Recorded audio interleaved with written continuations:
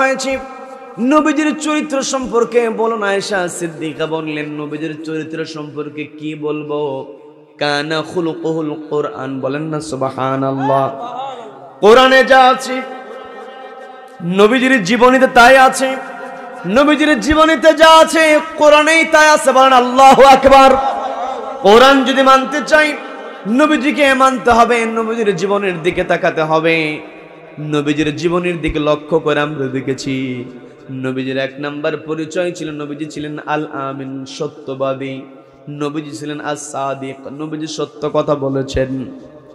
দুই নাম্বার নবীজির মধ্যে সবচেয়ে গুরুত্বপূর্ণ যে বিষয়টা ছিল, নবীজি ছিলেন আমানতদার। নবীজি কখনো আমানতের খেয়ানত করেন নাই। বলেন না সুবহানাল্লাহ। নবীজিকে যেই দিন কাফের হত্যা করার জন্য গোটা বাড়ি ঘেরাও করলো, বোঝার চেষ্টা করবেন ও আমার পর্দার মা বোনেরা, একটু বোঝার চেষ্টা করবেন, কানটা একটু খাড়া করে শোনেন। নবীজিকে হত্যা করার জন্য গোটা বাড়ি ঘেরাও করা হয়েছে। আল্লাহ অর্ডার দিলেন, ও নবী আপনি মক্কায় থাকতে পারবেন না, মদিনায় চলে যান। হিজরতের অনুমতি আমি আপনাকে দিয়ে দিলাম, হিজরতের অর্ডার আমি আপনাকে দিয়ে দিলাম। নবীজি হিজরতের অর্ডার পাওয়ার সঙ্গে সঙ্গে ডাক দিলেন হযরত আলীকে। ডাক দিয়ে বলছেন, ও আলী, আমার তো হিজরতের অর্ডার হয়ে গিয়েছে, আমার তো মক্কা থেকে মদিনায় চলে যেতে হবে। হযরত আলী জবাব দিয়ে বলছেন, ঠিক আছে চলে যান। নবীজি বললেন, ও আলী, তোমার কাছ থেকে সমাধানের জন্য আমি তোমাকে ডাক দেই নাই, আমি তোমাকে ডাক দিয়েছি মক্কার লোকেরা আমাকে সহ্য করতে পারে না, আমাকে মেনে নিতে পারে না। কিন্তু এই মক্কার লোকেরা আমার বিরোধিতা করার সময় তারা যেমন একত্রিত হয়ে যায়, আমার বিরুদ্ধে তারা ষড়যন্ত্র করে, এই ক্ষেত্রে তারা একত্রিত হয়। কিন্তু যখন তাদের নিজেদের স্বার্থ লাগে, অর্থাৎ কোনো জিনিস আমানত হিসাবে কোথাও রাখতে হবে, তখন তারা নিজের দলের লোকজনকে বিশ্বাস পায় না, নিজের বংশের লোকজনকে, নিজের গোত্রের লোকজনকে বিশ্বাস পায় না, আমাকে বিশ্বাস পায়। আমার কাছে তারা তাদের মূল্যবান সম্পদ জমা রেখে দিয়েছে। আজও দুনিয়াতে আমরা দেখেছি নবীজির আদর্শ যেই দলের মধ্যে থাকে না, ওই দলের নেতাদের মধ্যে মারামারি হানাহানি আছে। কথা বলেন ঠিক কিনা? একই দল করে কিন্তু এক নেতা আরেক নেতাকে দেখতে পারে না। কথা বলেন ঠিক কিনা? কারণ দলের মধ্যে সত্য কথা নাই, দলের মধ্যে রয়েছে মিথ্যা কথা। কথা বলেন ঠিক কিনা? মিথ্যা যেখানে থাকবে সেখানে কোনো ঐক্যতা থাকতে পারে না। নবীজি বলতেছেন, আলী, আমার কাছে মক্কার লোকেরা আমানত রেখেছে, এই আমানত যদি আমি বুঝিয়ে না দিয়ে মক্কা থেকে মদিনায় চলে যাই, তাহলে তো আমার আমানতের যে দায়িত্ব আমি পালন করতে পারবো না, আমি তো আমানতের খেয়ানতকারী হয়ে যাবো। বলেন আল্লাহু আকবার। যেই মানুষকে মক্কার লোকেরা ঘর বাড়ি ছাড়া করছে, এই বিষয়টা যদি আমি আপনি আমার আপনার ক্ষেত্রে কল্পনা করি, যদি আমার আপনার ক্ষেত্রে এমন হতো নিজের গ্রামের লোকজন তাড়িয়ে দিত, আমি আপনি চিন্তা করতাম যে এলাকার লোকেরা আমাকে তাড়িয়ে দেয়, সেই এলাকার লোকদেরকে কি আমানত পূরণ করে দেব, আমানত নিয়েই ভাগবো। কথা বলেন ঠিক কিনা? কিন্তু নবীজি কেমন আমানতদার ছিলেন, নবীজিকে মেরে ফেলবে, নবীজিকে ঘর বাড়ি ছাড়া করা হয়, তবুও নবী আমানতের ব্যাপারে সচেতন। বলেন আল্লাহু আকবার। হযরত ওমর রাদিয়াল্লাহু তাআলা আনহু তিনি যখন তার খেলাফত কাল পরিচালনা করছিলেন, তিনি যখন রাষ্ট্র পরিচালনা করেছেন, তিনি একটি কিতাব দিয়ে তিনি তার রাষ্ট্র পরিচালনা করেছেন। সেই কিতাবের নাম কি? সবাইকে বলতে হবে কি নাম? হযরত ওমর রাদিয়াল্লাহু তাআলা আনহু তার বিচারালয়ে তিনি বসে আছেন। এমত অবস্থায় দুইজন বালক, সবাইকে বলতে হবে কয়জন বালক? সবাইকে বলতে হবে কয়জন বালক? দুইজন বালক একজন যুবককে টেনে হিঁচড়ে হযরত ওমরের সামনে হাজির করলো। হযরত ওমর প্রশ্ন করলেন, কি ব্যাপার, তোমরা দুইজন মিলে এই যুবককে কেন টেনে হিঁচড়ে আমার কাছে হাজির করেছ?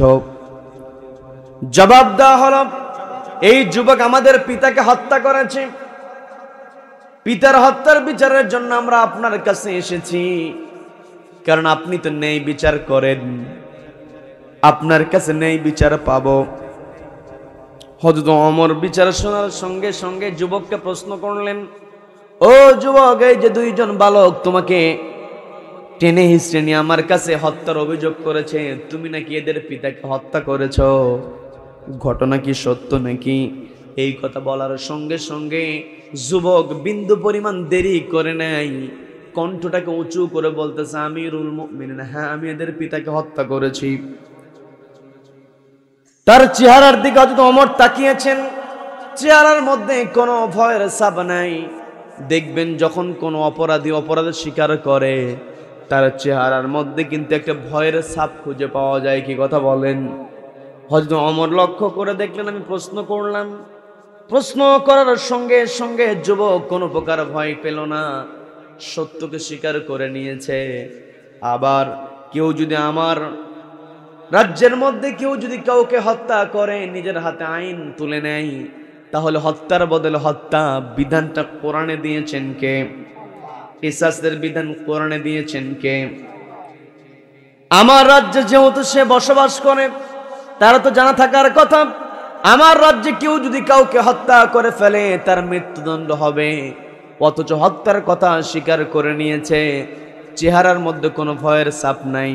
ও তো ভালো করে জানে হত্যার পরিবর্তে হত্যার রায় চলে আসবে। মানুষ মরে যাওয়ার কথা শুনলে চেহারা মলিন হয়ে যায়, কথা বলেন ঠিক কিনা? কোন বড় ধরনের অসুখ হলে আর ঘুমাতে পারে না, ভালো মতো খাবার খেতে পারে না, কারণ মরণকে সবাই ভয় পায়। মরণ মানব রচিত বিধান দিয়ে চলছে, কিন্তু ইসলামের সোনালী যুগের দিকে লক্ষ্য করলে দেখা যায় এই বাংলাদেশের সমান নয়। এইরকম বহু বহু বহু বাংলাদেশের সমান রাষ্ট্রের অধিপতি ছিলেন হযরত ওমর রাদিয়াল্লাহু তাআলা আনহু। তিনি বলছেন, ও যুবক, আমি রাষ্ট্রপতি হতে পারি, আমি চেয়ারের মালিক হতে পারি, কিন্তু তোমাকে ক্ষমা করার মালিক আমি নই। এই দুই বালক যদি তোমাকে ক্ষমা করে তবেই আমি কিছু তোমার জন্য করতে পারবো, যদি এরা ক্ষমা না করে আমি কিছুই করতে পারবো না। বলেন আল্লাহু আকবার। এটাই হলো ইসলাম, কথা বলেন ঠিক কিনা? সবার সমান অধিকার। মানুষ মুখে বলে, কিন্তু কোরআন থাকলে মুখে যেটা বলতো বাস্তবেও সেটা হতো। আজকে কোরআনটা রেখে দিয়েছি বুক সেলফের মধ্যে, আমাদের সমাজের মধ্যে কোরআন নাই, যার কারণে মুখে যা বলে কাজে তার মিল খুঁজে পাওয়া যায় না। যার কথায় কাজের মিল থাকে না সে হলো মুনাফিক, কথা বলেন ঠিক কিনা? জায়গা হবে জাহান্নামের নিচে, কথা বলেন ঠিক কিনা? জাহান্নামের নিচে তাদের অবস্থান, ওই নিচ থেকে উপরে আসার কোনো উপায় নাই, কথা বলেন ঠিক কিনা? বুঝে নিতে হবে। আমাকে আপনাকে এই প্রশ্ন করতে হবে, আজ আমার আপনার কথায় কাজের মিল আছে কিনা। পর্দার আড়ালের মা বোনেরা একটু কানটা খাড়া করে শুনবেন, বোঝার চেষ্টা করবেন। আপনাদের জন্য ইসলাম মানা বড় সহজ। আপনি যদি সত্যি কথা বলতে পারেন, আপনি যদি সন্তানের ব্যাপারে সচেতন হতে পারেন, আপনি যদি কৌশল কি পাশ কাটিয়ে সরল মনে চলতে পারেন, এই তিনটা বিষয় যদি আপনি খেয়াল করতে পারেন, দুনিয়াতে দেখবেন যেই মহিলা পরিবারের সদস্যদের সঙ্গে ভালো আচরণ করে, গোটা মহল্লার মধ্যে মানুষ তার প্রশংসা করে যে অমুক বাড়ির বউটা অনেক ভালো, প্রশংসা করে কি করে না?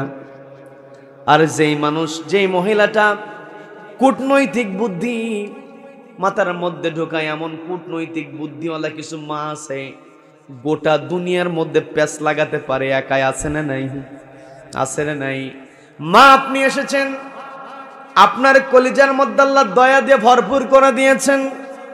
আপনি এই কলিজার মধ্যে যেই দয়া আছে, এই দয়াটা সবার জন্য সমান করে দেবেন। শুধুমাত্র নিজের সুবিধার জন্য দয়াকে ব্যবহার যখন আপনি করবেন, তখন আপনার পরিচয় হয়ে যাবে মুনাফিক, কথা বলেন ঠিক কিনা? আমার পর্দালের মা বোনদেরকে আল্লাহ উদার হওয়ার তৌফিক দান করুন, বলেন আমিন। মাদের যদি কষ্ট, মাদের যে কষ্ট আছে, এই কষ্ট মারা যদি সহ্য না করতেন, আমি আপনি এই জায়গায় থাকতে পারতাম না। মায়েদের কেমন ধৈর্য চিন্তা করে দেখেন। আমি আপনি বাপের বাড়িতে জন্মগ্রহণ করি, বাপের বাড়িতেই থাকি, এবং বাপের জায়গার উপরেই আমার আপনার দাফন কাফন হয়। কিন্তু একজন মা যেই বাড়িতে জন্মগ্রহণ করে, সেই বাড়িতে বড় হয়েছে, প্রাপ্তবয়স্ক হয়েছে, যাদের সঙ্গে বড় হলো তাদেরকে রেখে দিয়ে সব কিছু ছেড়ে স্বামীর বাড়িতে আসে। ধৈর্য আছে না নাই? একবার দেখবেন ঈদের সময় কোনো একটা ঈদ যদি আপনাকে বাহিরে করতে হয়, দেখবেন ঈদের ছুটি যখন কেউ না পায়, ঈদের দিন সারাটা দিন তার অফিসে থাকে, কিন্তু মনটা পড়ে থাকে বাড়ির দিকে। কি কথা বলেন? নতুন বউ বিবাহ হয়েছে, শ্বশুর বাড়িতে এসেছে, প্রথম ঈদটাও পর্যন্ত শ্বশুর বাড়িতে করে, শ্বশুর বাড়ির আত্মীয়স্বজন সবাই উপস্থিত হয়, সবাই যখন দাওয়াত খেয়ে বাড়ি বাড়ি চলে যায়, এরপরে ওই বধূটা তার বাপের বাড়িতে যায়। কথা বলেন ঠিক কিনা? এই যে বড় অবদান মা, আপনারা যে স্যাক্রিফাইস, আপনি যদি সত্য বলতে পারেন, আপনি যদি নামাজটা পড়তে পারেন, আপনি যদি কাউকে না ঠকান, সরাসরি আল্লাহর জান্নাত আপনার জন্য অপেক্ষা করছে। বলেন আল্লাহু আকবার। মা বোনদেরকে আল্লাহ কবুল করেন, বলেন আমিন। সম্মানিত ইনিবারে যে ঘটনায় ছিলাম, শেষ করব নাকি মোনাজাত দিব? প্যাকেট কিন্তু হাজির। মোনাজাত নাকি প্যাকেট? হ্যাঁ, সচেতন আছে, বলেন আল্লাহু আকবার, আল্লাহু আকবার। তাহলে কেউ বলে নাই, সবাই সচেতন, বলে আল্লাহু আকবার। সম্মানিত ইনিবারে যে কথায় ছিলাম, ওই যুবক বলতেছি, আমি মেরে ফেলতে চাই নাই, অনাকাঙ্ক্ষিত ভাবে আমার কাছ থেকে হত্যাকাণ্ডটা সংগঠিত হয়েছে, আমাকে কি ক্ষমা করা যায়? হযরত ওমর বলতেছেন, আমি রাষ্ট্রপতি হতে পারি, কিন্তু ক্ষমা করার ইখতিয়ার আমার নাই। এই বালকদের কাছ থেকে যদি ক্ষমা পাও তবেই আমি তোমাকে ছেড়ে দিতে পারি। ওই যুবক বালকদের কাছে ক্ষমা চাইল। বালকদের কথা, না, পিতার হত্যার বিচার আমরা চাই, কারণ পিতাকে মেরে ফেলে আমাদেরকে তুমি এতিম করে দিয়েছো, বাবা হারা করেছো, বাবা হত্যার বিচার আমরা অবশ্যই চাই। হযরত ওমর বলতেছেন, যুবক, তুমি যেই তোমার জবানবন্দি দিয়েছো, এই জবানবন্দির মধ্যে তোমার রায় কিন্তু তুমি নিজেই দিয়েছো। সেটা হলো, তুমি ওই বৃদ্ধকে বলেছিলে ফসলের ক্ষতি হলে তাকে ফসলের ক্ষতিপূরণ তুমি দিয়ে দিতে। তোমার উটের ক্ষতি করেছে, তুমি যদি আমার কাছে অভিযোগ করতে, তাহলে উটের পরিবর্তে আমি তোমাকে উটের ব্যবস্থা করে দিতাম। কিন্তু উটের পরিবর্তে তুমি যখন একজন মানুষকে মেরে ফেলেছো, এখন মানুষ হত্যার বিচার আমার রাষ্ট্রে যে বিচারটা হবে, এই বিচার আমার মত দিয়ে নয়। আল্লাহ বিধান দিয়েছেন, কেউ কাউকে হত্যা করলে তাকে হত্যা করে ফেলতে হবে, কিসাসের বিধান। এই কিসাসের বিধানের আলোকে তোমার ফাঁসি কার্যকর হবে।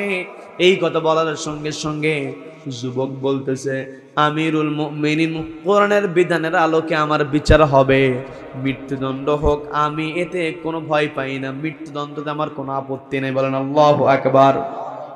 যুবক যখন স্বীকারোক্তিমূলক জবানবন্দি দিয়েছে, চেহারার মধ্যে তার কোনো হতাশার ছাপ ছিল না, ভয়ের ছাপ ছিল না। আবার যখন তার রায় এসেছে মৃত্যুদণ্ড, যুবক বলতেছে, আমিরুল মুমিনিন, কোরআনের বিধান অনুযায়ী আমার বিচার হবে, আমার মৃত্যুকে আমি ভয় পাই না। তবে আমার একটা আরজি আছে, আমার একটা চাওয়া আছে, সেটা হলো আগামী জুমার দিন পর্যন্ত আমাকে একটু মুক্তি দিতে হবে। আগামী জুমার দিন পর্যন্ত আমাকে একটু সুযোগ দিতে হবে, আমি আমার বাড়ি পর্যন্ত যাব। হযরত ওমর প্রশ্ন করলেন, তোমার বাড়িতে যাবে, তোমার কারণটা কি? ওই যুবক বলতেছে, আমিরুল মুমিনিন, আমার বাবা যখন দুনিয়া থেকে বিদায় হয়েছেন, আমার দুই ভাই বয়সে ছোট, সম্পত্তির হিসাব তারা বোঝে না। আমার বাবা আমার হাতে ওই দুই ভাইয়ের সম্পদ কিছু আমার হাতে বুঝিয়ে দিয়ে গিয়েছেন। এখন আমি আজও পর্যন্ত আমার ওই সম্পত্তিগুলো, বাবার রেখে যাওয়া সম্পত্তি যেটা আমার হাতে আছে, মূলত সেটা তো আমার নয়, আমার দুই ভাইয়ের। আমি এখন দুই ভাইকে যদি বুঝিয়ে না দিয়ে মারা যায়, আমি তো আমানতের খেয়ানতকারী হয়ে যাব। বলেন আল্লাহু আকবার, বলেন আল্লাহু আকবার। চিন্তা করে দেখেন, যুবক মানুষ, মৃত্যুদণ্ড হয়ে গেছে, মরণকে ভয় পাচ্ছে না, ভয় পাচ্ছে আমানতকে। বলেন আল্লাহু আকবার। আমার আপনার নবীজিকে মক্কার লোকেরা মেরে ফেলবে, গোটা বাড়ি ঘেরাও করেছে, বাড়িঘর ছেড়ে মক্কা থেকে মদিনায় যেতে হবে। নবীজি সেগুলো চিন্তা করছেন না। নবীজি হযরত আলীকে বলতেছেন, আলী, আমি তো আগামীকালকে আমার তো সুযোগ হবে না এই মক্কায় তো থাকার, রাতের অন্ধকারে আমাকে চলে যেতে হবে, কিন্তু মক্কার লোকদের কিছু আমানত আমার কাছে আছে, আমি মক্কা থেকে মদিনায় চলে যাচ্ছি, তবে এই আমানত আমি তোমাকে দিয়ে দিলাম, আগামীকাল সকাল হওয়ার সঙ্গে সঙ্গে এই মক্কার লোকদের আমানত তুমি বুঝিয়ে দেবে। বলেন আল্লাহু আকবার। কেমন নবী, নবীর আদর্শ যুবকের মধ্যে আছে বলেই যুবকের ফাঁসি অর্ডার হয়েছে। যুবক ফাঁসিকে ভয় পাচ্ছে না, যুবক ভয় পাচ্ছে যে আমার তো আমানতের দায়িত্ব আমি পালন করি নাই, আমিরুল মুমিনিন আমাকে আগামী জুমার দিন পর্যন্ত একটু সুযোগ দিন। হযরত ওমর রাদিয়াল্লাহু তাআলা বললেন, তুমি তো বড় সচেতন যুবক, তুমি সত্য কথা বলো এবং তুমি আমানতের ব্যাপারে সচেতন, তোমাকে সুযোগ দেওয়া যায়, তবে শর্ত হলো তোমাকে আমি সুযোগ দিতে পারি, কিন্তু তোমার পরিবর্তে একজন জিম্মাদার নিয়োগ করতে হবে। কারণ তুমি যদি জিম্মাদার নিয়োগ না করো, তোমার তো এখন সত্যের প্রতি, আমানতের প্রতি তোমার যে দায়িত্ব, এটা তোমার সেই অনুভূতি তোমার আছে, কিন্তু বাড়িতে যাওয়ার পর যখন তুমি তোমার সন্তানের দিকে তাকাবে, স্ত্রীর দিকে তাকাবে, তোমার ভিতরে আবেগ জাগ্রত হয়ে যেতে পারে, তুমি তোমার এই ওয়াদার কথা ভুলে যেতে পারো, তুমি নাও আসতে পারো। আমি যদি তোমাকে ছেড়ে দেই আর তুমি যদি হাজির না হয়, এই যে দুইজন বালক আমার কাছে পিতার হত্যার বিচার চেয়েছে, এই পিতার হত্যার বিচার আমি যদি না দেই, আর এই দুই বালক যদি কিয়ামতের ময়দানে আল্লাহর কাছে আমার বিরুদ্ধে অভিযোগ করে, আমি ওমর এক কদম সামনে আগাতে পারবো না। বার্মার মুসলিমদেরকে কষ্ট দেওয়া হয়, চীনের উইঘুর মুসলিমদেরকে কষ্ট দেওয়া হয়, কাশ্মীরের মুসলমানদেরকে কষ্ট দেওয়া হয়। ওই কষ্ট দেখে যদি আমার হৃদয়ে কষ্ট না লাগে, আমার কলিজায় যদি আঘাত না লাগে, বুঝতে হবে আমি আজও মুমিন হতে পারি নাই, মুসলিম হতে পারি নাই। কথা বলেন ঠিক কিনা? একজন মুসলমানের কষ্ট দেখে আরেকজন মুসলমান কষ্ট পাবে, আরেকজন মুসলমানের সুখ দেখে আরেকজন মুসলমান খুশি হবে, এটাই নিয়ম। কিন্তু বড় দুঃখ নিয়ে বলতো, একজন মুসলমান ভালো কাজ করে, কেমনে তাকে টেনে নামানো যায়, ষড়যন্ত্র আছে না নাই? একজন মুসলিম যখন আরেকজন মুসলিমের ভালো দেখতে পাবে না, সে কখনো মুসলিম মুখে দাবি করতে পারে কিন্তু মুসলিম হতে পারবে না, সে হলো মুনাফিক। কথা বলেন ঠিক কিনা? সম্মানিত দিনী ভাইরা, ওই যুবক এখন চিন্তা করলো, উপস্থিত সবাই তো এখানে মুসলিম, দেখি তো আমি সুযোগ নেই, কোন মুসলিম ভাই আমাকে সহযোগিতা করে কিনা। যুবক দাঁড়িয়ে বলতেছো, আমার মুসলিম ভাইয়েরা, আমি তো বিপদে পড়েছি, তোমরা কে আছো আমার জন্য আগামী জুমার দিন পর্যন্ত জিম্মাদার গ্রহণ করবে? জুমার নামাজের পূর্বে আমি হাজির হয়ে যাব। আমি আমার নিজের ব্যক্তিগত কারণে তোমাদের কাছে সহযোগিতা চাইছি না, আমি সহযোগিতা চাচ্ছি এটার কারণে, সেটা হলো আমার ভাইদের আমানত আমার কাছে আছে। আমি যদি এগুলো আমার ভাইদেরকে বুঝিয়ে না দেই, আমার ভাইয়ের ক্ষতি হবে। আবার আমি যদি দায়িত্ব বুঝিয়ে না দেই, তাহলে আমি আমানতের খেয়ানতকারী হয়ে যাব। কে আছো আমার আমানতের দায়িত্ব পালনের জন্য আগামী জুমার দিন পর্যন্ত আমার জিম্মাদার গ্রহণ করবে? এইভাবে যুবক 3 থেকে 4 বার বলল। কেউ দাঁড়ালো না, কেউ সারা শব্দ দিল না। যুবক হতাশ হয়ে গিয়েছে, চেহারা তার মলিন হয়ে গিয়েছে, ফ্যাকাশে চেহারা। যুবক আশা ছেড়ে দিয়েছে।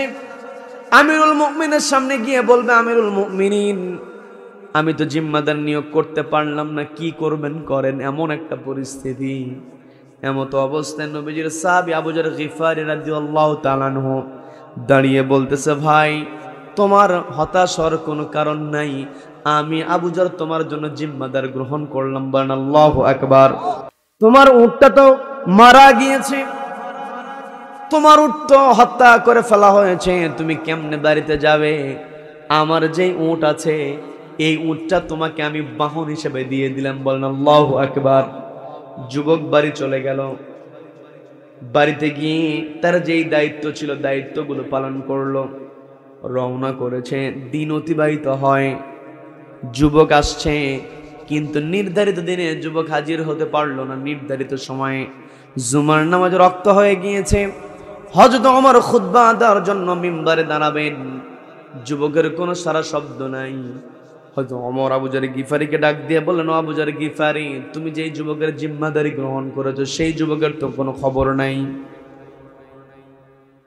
আমরা জানি তোমার দোষ নাই, তুমি নিরপরাধ, কিন্তু অপরাধীকে তুমি সহযোগিতা করেছ। শাফাআতান হাসানাতান ইয়াকুল লাহু নসীবুম মিনহা ওয়া মান ইয়াশফা' শাফাআতান সাইয়্যাতান ইয়াকুল লাহু কিফলুম মিনহা। ও যুবক, মাইয়াশফা শাফাআতান সাইয়্যাতান ইয়াকুল লাহু কিফলুম মিনহা, যেই ব্যক্তি খারাপ কাজে শাফায়াত করবে, সহযোগিতা করবে, সাপোর্ট করবে, কিফলুম ইয়াকুল লাহু কিফলুম মিনহা, খারাপ কাজ না করলেও খারাপ কাজ করে এমন মানুষকে সহযোগিতা করার কারণে একটা অংশ তার আমলনামায় যুক্ত হবে। কথা বলেন ঠিক কিনা? আমি আপনি গুমচোর নেতাকে যদি সাপোর্ট করি, তার পিছনে যদি মিছিল দেই, আমি আপনি গম চুরি করব না, কিন্তু নেতা গম চুরি করবে, ওই নেতাকে সহযোগিতা করার কারণে আমার আমলনামায় গুনাহ যুক্ত হবে। বলেন নাউযু বিল্লাহ। আবার আমি আপনি যদি কোনো ভালো মানুষকে সহযোগিতা করতে পারি, মাইয়াশফা শাফাআতান হাসানাতান ইয়াকুল লাহু নাসীবুম মিনহা, কেউ ভালো কাজ করছে, এই ভালো কাজে যদি আমি আপনি সহযোগিতা করতে পারি, তার সব আল্লাহ আমলনামায় যুক্ত করে দেন। বলেন না সুবহানাল্লাহ। হযরত ওমর বলতেছেন, আবু যর গিফারি, তোমার দোষ না, এটা জানা আছে, কিন্তু তুমি তো অপরাধীকে সহযোগিতা করেছো, অপরাধীর জন্য পুরোপুরি জিম্মাদারি তুমি নিয়েছো। যুবকের তো ফাঁসি কার্যকর হওয়ার কথা ছিল জুমার নামাজের পরে, কিন্তু যুবক হাজির হয় নাই, তুমি তার রিস্ক নিয়েছো, তুমি তার জিম্মাদারি নিয়েছো, প্রস্তুত হয়ে যাও, নামাজের পরে তোমার ফাঁসি কার্যকর হবে। না আল্লাহু আকবার। আবু যর গিফারের সঙ্গে হযরত ওমরের সম্পর্ক কিন্তু ভালো ছিল। কথা বলেন ঠিক কিনা? সম্পর্ক আমার আপনার ততক্ষণ থাকবে যতক্ষণ পর্যন্ত সন্তুষ্ট কে থাকবেন। আল্লাহ যখন অসন্তুষ্ট হবেন, সম্পর্ক কাট করে দিতে হবে। কথা বলেন ঠিক কিনা? নূহ আলাইহিস সালাতু ওয়াস সালাম, তাকে আল্লাহ বলে দিলেন, তুমি তাকে সন্তান বলো না, কারণ লাইসা মিন আহলিক, তোমার সন্তান তোমার কথা শোনে নাই, আমার বিরুদ্ধাচরণ করেছে, তোমার ঔরসে জন্মগ্রহণ করেছে, কিন্তু লাইসা মিন আহলিক, সে তোমার পরিবারভুক্ত হতে পারে না। কথা বলেন ঠিক কিনা? হযরত ওমর বললেন, হযরত ওমর রাদিয়াল্লাহু তাআলা বললেন, প্রস্তুত হয়ে যাও, অপরাধ করো নাই, কিন্তু অপরাধীকে সহযোগিতা করেছ, অল্প সময়ে শেষ করে দেব, আর কেউ এদিক সেদিক তাকাবেন না, অল্প সময়ে শেষ করছি। সেটা হলো যখন হযরত ওমর রাদিয়াল্লাহু তাআলা আবু যর গিফারিকে বললেন, রেডি হয়ে নাও, নামাজের পর তোমার ফাঁসি কার্যকর হবে। আবু যর গিফারিও কোনো আপত্তি করেন নাই, কারণ আবু যর গিফারি জানেন হযরত ওমর একটি কিতাব দিয়ে রায় দিয়েছেন। সেই রায়ের নাম কি? সবাইকে বলতে হবে। এই কোরআন দিয়ে তিনি রায় দিয়েছেন। আবু যর গিফারি বললেন, ঠিক আছে, প্রস্তুত হয়েছেন। নামাজের পরে সবাই জমা হয়ে গিয়েছে। সবাই তো বারবার একটা কথা বলছে, কি দরকার ছিল আবু যর গিফারি কেন বোকামি করলো? চেনা নাই জানা নাই এমন যুবককে সহযোগিতা করে আজকে নিজেই মৃত্যুর মুখে নিজের জীবনটাকে ঠেলে দিল। অনেকে কাছের ছিল, কান্নাকাটি করছে। আবু যর গিফারি, তার চেহারার মধ্যে কোনো আতঙ্কের ছাপ নাই। বলেন আল্লাহু আকবার, বলেন আল্লাহু আকবার। কারণ যারা মুমিন তারা মরণকে ভয় পায় না, কারণ মুমিনেরা জানে মরণ হওয়ার সঙ্গে সঙ্গে সরাসরি দেখা হবে কার সঙ্গে? সবাইকে বলতে হবে, কার সঙ্গে? মুমিন আমাকে আপনাকে হতে হবে। হযরত ওমর নামাজের পর রায় দিয়ে দিলেন, ফাঁসি কার্যকর হবে।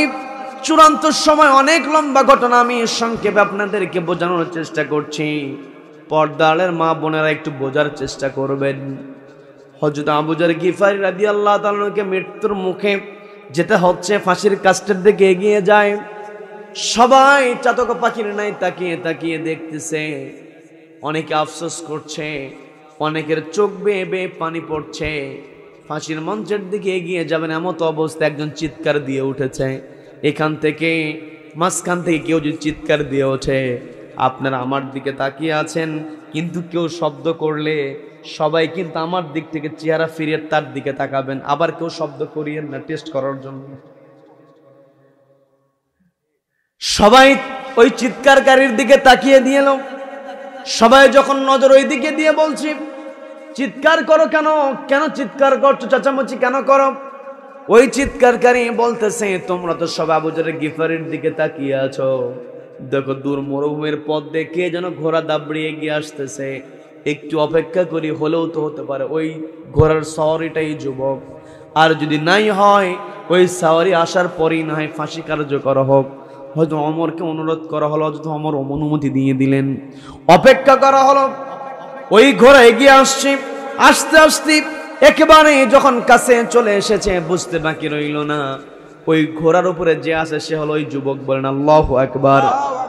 ঘোড়ার উপর থেকে লাফ দিল, তড়ি ঘড়ি করে এসে আবু যার গিফারির হাত ধরে বলছে, ভাই আমাকে ক্ষমা করে দাও, তোমাকে আমি পেরেশানিতে ফেলেছিলাম, তোমাকে টেনশনে ফেলেছিলাম, আমার জন্য তুমি পেরেশানিতে পড়েছো, মৃত্যুর মুখোমুখি হয়েছো, আমাকে মাফ করে দাও ভাই।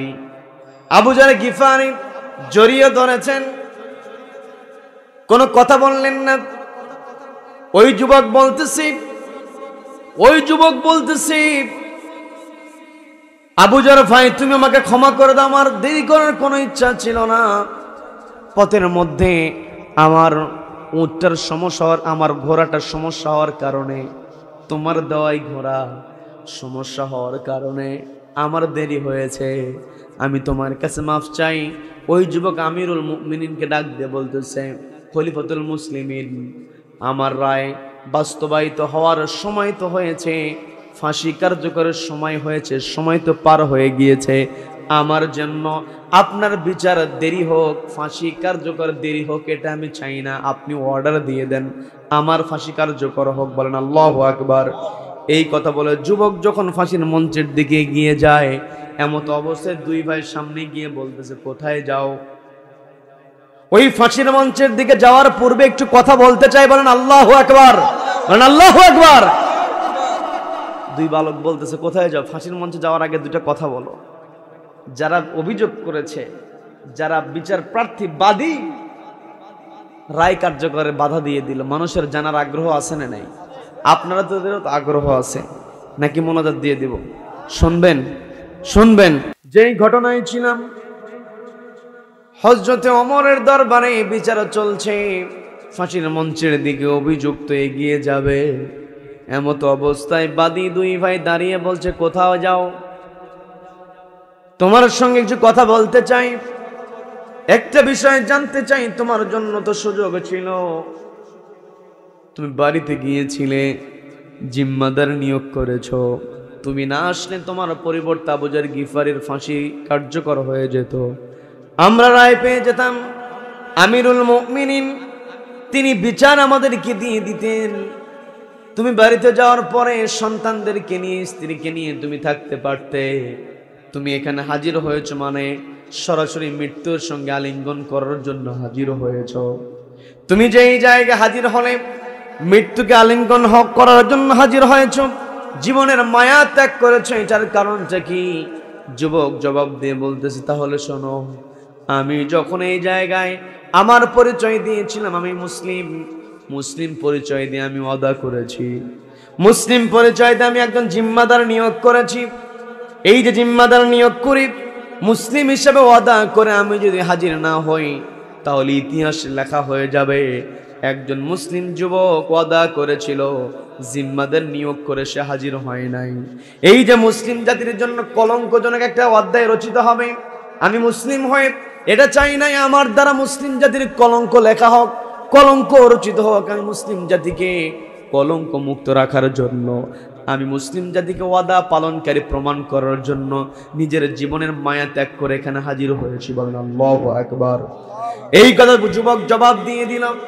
আরেকজন আবু যার গিফারিকে প্রশ্ন করতেছে, ভাই তুমি চেনো না জানো না, এই যুবক যদি হাজির না হতো তোমার ফাঁসি কার্যকর হয়ে যেত, অচেনা এক যুবকের জন্য তোমার মরণ হয়ে যেত, তুমি কেন এই রিস্কটা নিলে? এই যুবক হাজির না হলে তোমার মরণ হয়ে যেত, তুমি তো ভালো করেই জানতে, কিন্তু জানার পরও কেন তুমি এই যুবকের জন্য জীবনের ঝুঁকি নিয়ে জিম্মাদারি গ্রহণ করলে? আবু যার গিফারি বলছে, আমার উত্তরটা অনেকটা ওই যুবকের মতো। সেটা হলো, এই যুবক যখন সকলকে লক্ষ্য করে সাহায্য চেয়েছিল, সে বলেছিল, আমার মুসলিম ভাইরা কে আছো, একজন মুসলিম ভাইকে সহযোগিতা করবে। একজন বিপদগ্রস্ত মুসলিম অনেকগুলো মুসলমানের কাছে সহযোগিতা চেয়েছে, সহযোগিতা পায় নাই। আমি যখন লক্ষ্য করে দেখলাম একজন মুসলিম তার আমানতের দায়িত্ব পালনের জন্য অনেকগুলো মুসলমানের কাছে সহযোগিতা চেয়েছে। কেউ যদি তাকে সহযোগিতা না করে আর সে যদি আমানতের দায়িত্ব পালন করতে না পারে, তাহলে তো একটা ইতিহাস লেখা হয়ে যাবে। সেটা হলো একজন মুসলিম আমানতের দায়িত্ব পালনের জন্য অনেকগুলো মুসলমানের কাছে সহযোগিতা চেয়েছে, কেউ সহযোগিতা করে নাই, কেউ সহযোগিতা করে নাই। এই ইতিহাস যদি লেখা হয়ে যায়, এটা হবে মুসলমানদের জন্য কলঙ্ক। আমি চিন্তা করে দেখলাম, আমি যদি নিজের জানের বিনিময় হলেও মুসলিম জাতিকে কলঙ্ক মুক্ত রাখতে পারি, মুসলিম জাতিকে আমি যদি প্রমাণ করতে পারি মুসলিম জাতি একজন আরেকজনকে সহযোগিতা করে, নিজের জীবনের মায়া ত্যাগ করেও সহযোগিতা করে, এটা মুসলিম জাতির জন্য হবে প্রশংসার। আর কেউ যদি সহযোগিতা না করে, এটা হবে মুসলিম জাতির জন্য কলঙ্কের। আমি মুসলিম জাতিকে কলঙ্ক মুক্ত রাখার জন্য আমার জীবনের মায়া ত্যাগ করে এই অচেনা যুবকের জন্য সহযোগিতা করেছি। বলেন আল্লাহু আকবার, বলেন আল্লাহু আকবার, বলেন আল্লাহু আকবার। তার মানে তাদের কেমন টেন্ডেন্সি ছিল, যখন ওই যুবক তার জবাব দিয়ে দিল মুসলিম জাতিকে কলঙ্ক মুক্ত রাখার জন্য, মুসলিম জাতি ওয়াদা পালন করে এটা প্রমাণের জন্য আমি আমার জীবনের মায়া ত্যাগ করে এই জায়গায় হাজির হয়েছি। এই জবাব যখন ওই বালকেরা শুনেছে, আবার যখন আবু যর গিফারির কাছ থেকে উত্তর পেয়েছে একজন মুসলিম আর একজন মুসলিমকে সহযোগিতা করে, এই উত্তর পাওয়ার পরে ওই দুই বালক গিয়ে হযরত ওমরের সামনে দাঁড়িয়ে বলতেছেন, আমিরুল মুমিনিন, আমরাও তো মুসলিম। ওই যুবক ওয়াদা পালনকারী আর ওই যুবককে সহযোগিতা করেছে আবু যর গিফারি, সে প্রমাণ করেছে মুসলিম মুসলিমকে সহযোগিতা করে। আমরাও দুই ভাই, ওই ওয়াদা পালনকারী মুসলিম যুবককে ক্ষমা করে আমরাও দৃষ্টান্ত স্থাপন করতে পারি, মুসলিমরা একজন আরেকজনকে ক্ষমা করতে পারে। সুবহানাল্লাহ, সুবহানাল্লাহ। তার মানে এই ঘটনা থেকে আমরা যেটা জানতে পারলাম, শিখতে পারলাম, যুবক যখন তার জবানবন্দি দিয়েছে, যুবক সত্য কথা বলেছে, কথা বলেন ঠিক কিনা? যুবকের যখন রায় এসেছে, যুবক মরণকে ভয় পায় না, ভয় পেয়েছে আমানতকে, কথা বলেন ঠিক কিনা? যুবকের চূড়ান্ত সময় কেন তুমি হাজির হয়েছ? যুবক বলেছে মুসলিম ওয়াদা পালন করে, এটা প্রমাণের জন্য। বলেন আল্লাহু আকবার। আবু যর গিফারিকে প্রশ্ন করা, তুমি কেন সহযোগিতা করলে? আবু যর গিফারি বলল, মুসলিম একজন ভাই আরেকজনকে সহযোগিতা করে।